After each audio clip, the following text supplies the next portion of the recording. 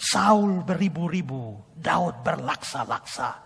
Gara-gara kalimat pujian seperti itu, hatinya menjadi sakit, menjadi dengki, menjadi iri hati. Dan dari titik iri hati itulah seluruh waktunya dihabiskan hanya untuk membinasakan Daud.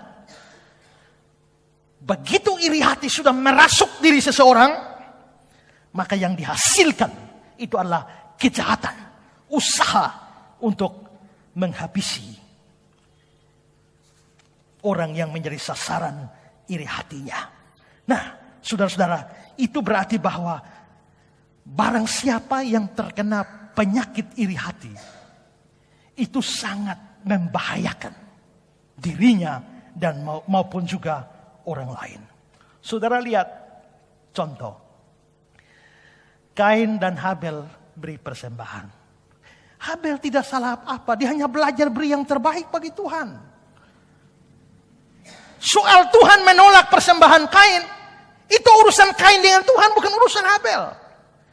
Tapi Kain menjadi iri hati kepada Habel dan berujung dengan kematian Habel. Pembunuhan pertama, almarhum pertama dalam sejarah, yaitu Habel. Mati gara-gara apa? Gara-gara iri hati.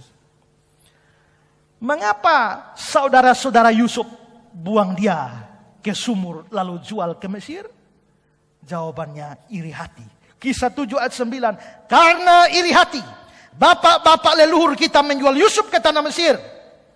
Karena iri hati, jual saudara. Karena iri hati, Kain bunuh adik sendiri. Karena iri hati, saudara-saudara Yusuf menjual Yusuf yang adalah adik mereka sendiri. Mengapa orang-orang Yahudi membunuh Yesus? Matius 27 ayat 18 dalam versi Indonesia sehari-hari. Pilatus berkata begitu sebab dia tahu bahwa penguasa-penguasa Yahudi menyerahkan Yesus kepadanya karena mereka iri hati. Pembunuhan Yesus terjadi karena iri hati. Dalam kisah para rasul ditangkap, dipenjarakan. Kenapa? Kisah 5 ayat 17-18. Akhirnya mulailah imam besar, pengikut-pengikutnya, yaitu orang-orang dari mazhab Saduki, bertindak. Sebab mereka sangat iri hati. Mereka menangkap rasul-rasul itu, memasukkan mereka dalam penjara kota. Kenapa penjarakan rasul-rasul? Iri hati. Orang-orang Yahudi di Tesalonika juga membuat atau mau mengadili Paulus. Kenapa? Kisah 17 ayat yang kelima. Tetapi orang-orang Yahudi menjadi iri hati. Dengan dibantu oleh beberapa penjahat di antara petualang-petualang di pasar. Mereka mengadakan keributan. Mengacau kota itu. Mereka menyerbu rumah Yason. Dengan maksud menghadapkan Paulus dan Silas kepada sidang rakyat. Kenapa? Lagi-lagi iri hati. Iri hati buat Kain bunuh Habel. Iri hati membuat Israel, anak-anak Israel menjual Yusuf. Iri hati membuat orang Yahudi bunuh Yesus. Iri hati membuat orang-orang Yahudi penjarakan rasul-rasul. Paulus diperhadapkan pada pengadilan karena iri hati. Maka saudara, sama halnya iri hati membuat Saul berusaha berjuang membunuh Daud. Maka terlihat bahwa iri hati ini dosa yang sangat bahaya. Benar kata Yakobus dalam Yakobus 3:16. Sebab di mana ada iri hati dan mementingkan diri sendiri, di situ ada kekacauan dan segala macam perbuatan jahat. Di mana ada iri hati, semua perbuatan jahat ada di sana. John Stott bilang begini, semua kejahatan di muka bumi ini berawal dari satu sumber, yaitu kesombongan dan iri hati. Kalau begitu, iri hati ini penyakit mematikan. Maka saudara, pelajaran penting bagi kita hari ini adalah berhati-hatilah supaya saudara jangan mengidap penyakit iri hati ini. Apakah ada di antara saudara yang sekarang sedang mengidap penyakit ini? Iri hati itu bukan karena saudara dirugikan. Kalau saudara marah karena saudara dirugikan, itu bukan iri hati. Iri hati itu bukan karena saudara dirugikan, tapi karena orang lain diuntungkan. Iri hati itu bukan karena saudara dihina, tapi orang lain dipuji. Iri hati itu bukan karena saudara diperlakukan tidak baik, tapi karena orang lain dipuji atau diperlakukan dengan lebih baik.